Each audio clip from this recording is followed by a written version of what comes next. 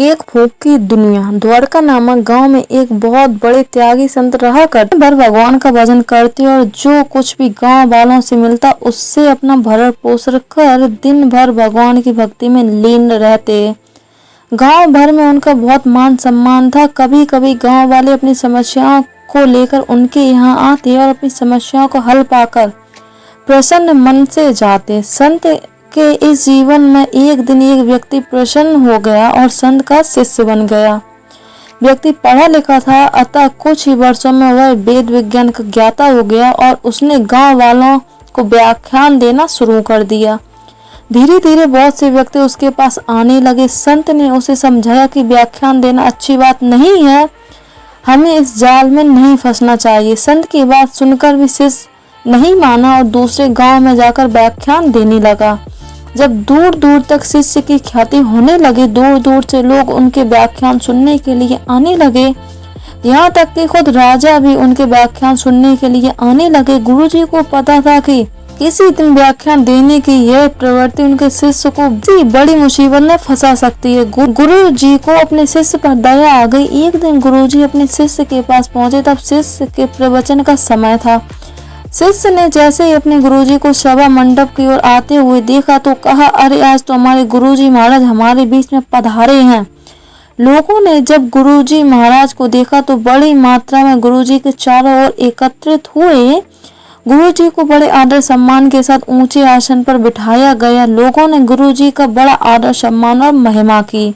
अगले ही दिन गुरुजी के सम्मान में एक बहुत बड़ी सभा आयोजित की गई, जिसमें दूर दूर से लोग गुरुजी के दर्शन को एकत्रित हुए। सभा में राज्य के राजा को भी आने का न्योता दिया गया। अगले दिन जब सभा आयोजित हुई तो गुरुजी को न जाने क्या सूझी कि अपने आसन से उठे राजा के पास गए और भर कर के उपान वायु छोड़ दी।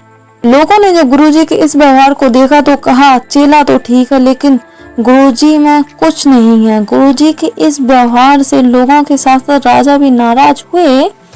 तभी गुरुजी ने शाम को ही वहां से प्रस्थान करने की घोषणा की। लोग मन ही मन प्रसन्न हुए। चलो जल्दी ही आफत टली है तो महाराज के गुरुजी ही थोड़ा आदर सम्मान से विदा करेंगे तो अच्छा लगेगा।